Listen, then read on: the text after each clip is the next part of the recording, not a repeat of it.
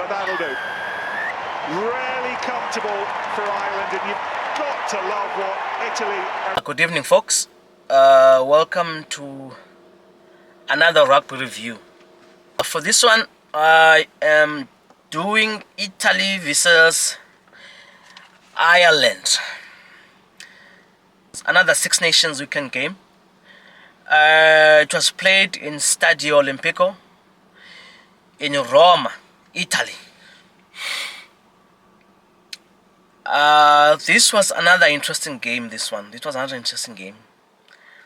I did not really have a lot of expectations for this, for Italy, for example, playing at home. This game surprised me a lot because of the way the Italians played, and the way the Italians showed up. And so the game starts with Ireland nearly scoring early in the first minute through James Lowe, but the ref judges it to be a knock-on, so doesn't become a try for Ireland. But a few plays later, the Irish get another breakthrough. James Lowe again, who makes a pass to James Ryan. James Ryan makes a strong run to go over and score a try.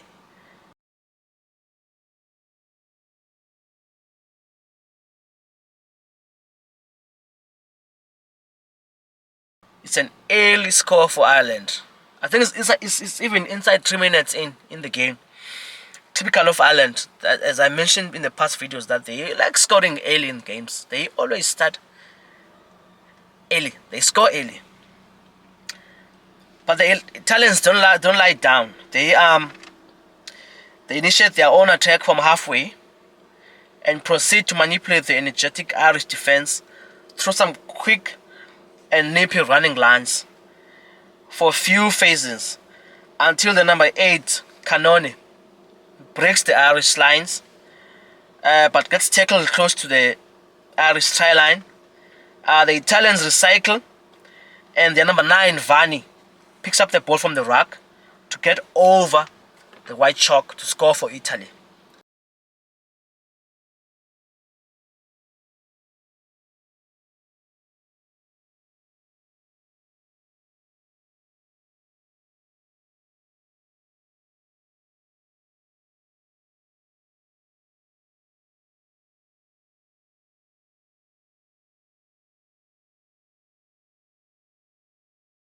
A beautiful passage of play for the Italians, exposing that 13 channel for Bendy Aki's 13 channel.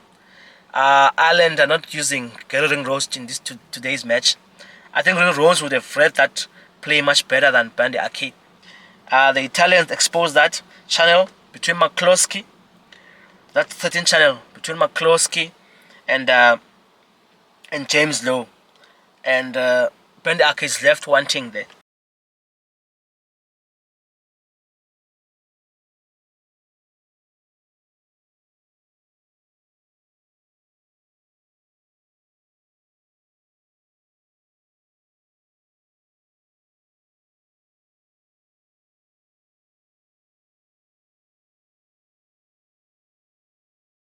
For Cannone to make that break in that channel to go and get tackled close to the Irish tie line for Vanni to pick up and go score that try. So I think this is one area where the Irish have to tidy things up. That 13 channel from Bandi Aki. Sometimes it gets caught wanting there. It doesn't read the plays very well sometimes. That's why I prefer Gering Rose. But hey, they can fix these things. There's still time. Ireland launch an attack from a line out on the halfway line. Bandi Aki breaks through to make a pass to Hugo Keenan on his right. Keenan beats the first defender, and then the second try he breaks, and then Keenan beats the first defender and breaks the second try to go all the way and score a beautiful try for Ireland.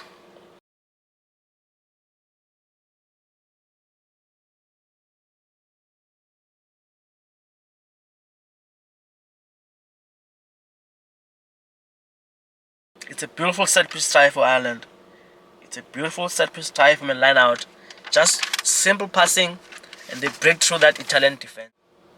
Again, the Irish find themselves attacking inside Italy's half from a turnover ball. The ball goes through smooth hands of McCloskey and Van der Fleer, who makes a final pass to Bande Ake, who goes on to break, who goes on a break on the left wing to go score a try for Ireland. Again, Ireland score. Typical Ireland. If you allow them to string a few passes, they usually punish you.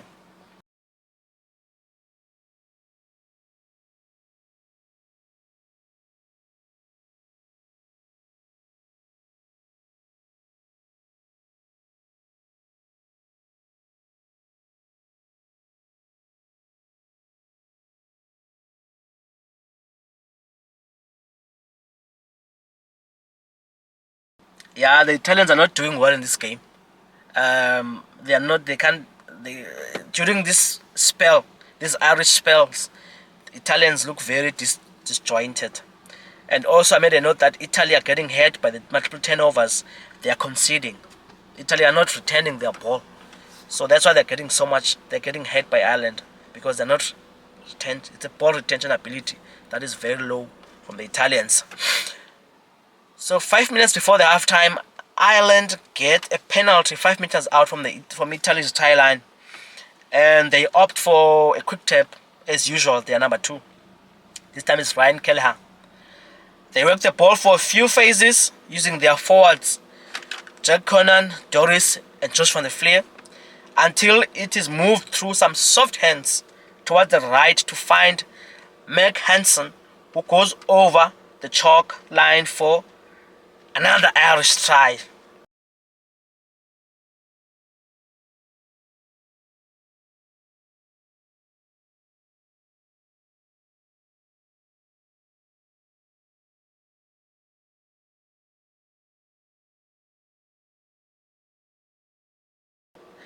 Ah, it's not looking good for the Italians.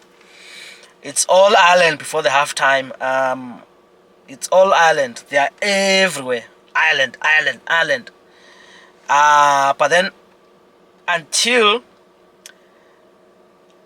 an Italian player called Pier Bruno intercepts to go score for Italy just before halftime. Wow.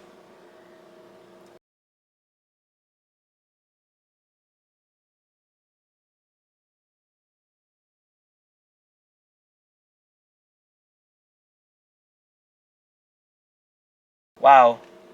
Italy's number 10, Bigi, kicks the conversion, and the teams go to halftime with the scores at Italy 17, Ireland 24.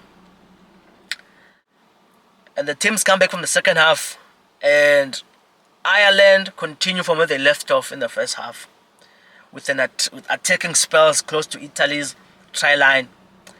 But the Italian defense holds this time. I think Kieran, the Italian coach, said something to his players, because this time the defense, in this early opening of the second half, the defense holds, and they're making some good hits on the Irish.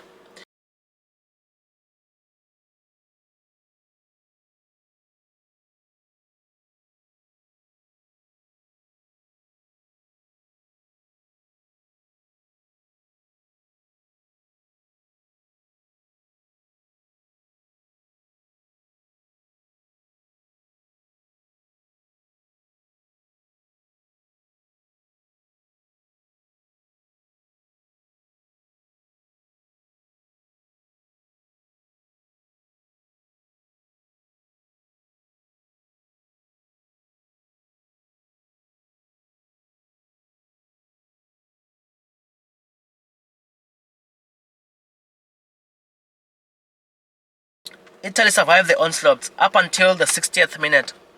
So from the opening half, second half, up until this around 58, minute 58, 59, it's all Irish onslaughts, and the Italians are just surviving. Up until an hour, 60th minute, when Ireland come again at them from outside the 22, through Meg Hansen, who makes a break close to touch, to make an inside pass to Bendy Aki. Bendy Aki makes it to the white chalk to score a try. But then this try is not counted because upon review, the referees officials realized that Bendy Aki didn't have a full control of the ball when he reached over to place it. So it's no try for Ireland. But it's scary times for Italy because they are really getting breached here easily by Ireland. 5 minutes later, from Bendy's attempt, Ireland gets a penalty close to the post, and it's time they opt for the 3 points. The score becomes Italy 20, Ireland 27. So after they score these 3 points, again Ireland build another passage of play from their half, showing some their ball retention ability and patience to carry the ball for 17 phases until Meg Hansen makes a break to go score a well-deserved try.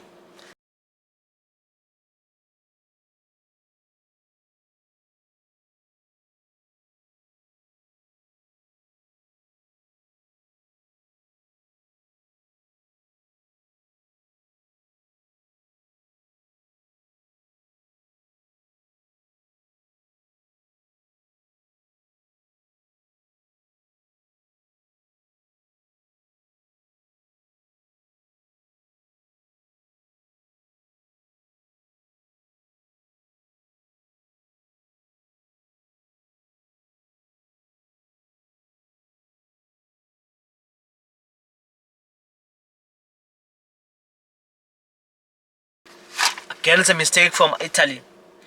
You don't allow the Irish to build multiple phases at you because they usually end up hurting you. And the Italians learned this the hard way here. So no team scores until full time when the referee blows his whistle to end the game. And the final score is Italy 20, Irish 34 points. The game ends. The players that really impressed me in this game is Capisi from the Italians, number 10. I think going to the point that he just came from an injury, but you could not tell from this game because he was so good. He was in charge, the same old Capisi that we know. Cannone, their number 8, also was very impressive with those line breaks he made earlier on in the game. It was very impressive. I like Cannone a lot. For the Irish, I think they need to keep Kellen Doris at 8 because at this game he was not the usual himself. Usually he makes a lot of contributions in the game. Even here he made some contributions, but he was not himself. Doris in games usually he imposes himself, and you always see him playing well. I think they're gonna have to find another solution for Jack Connan because that 8 they need to put Doris at 8. Put Ben on the other side and put Josh Van der Vliet on the other side, and have James Ryan and Ian Henderson at 4 and 5. Casey and Ross Byrne really impressed me for Ireland. This pairing of 9 and 10, they really impressed me. I think Ireland need to stick to these 2 guys and just groom them, give them more caps. The future is bright.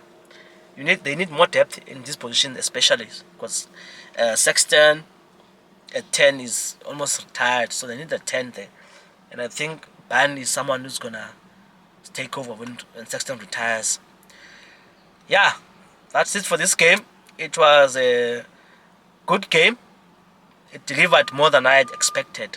The Italians really showed up here. So yes, thanks very much.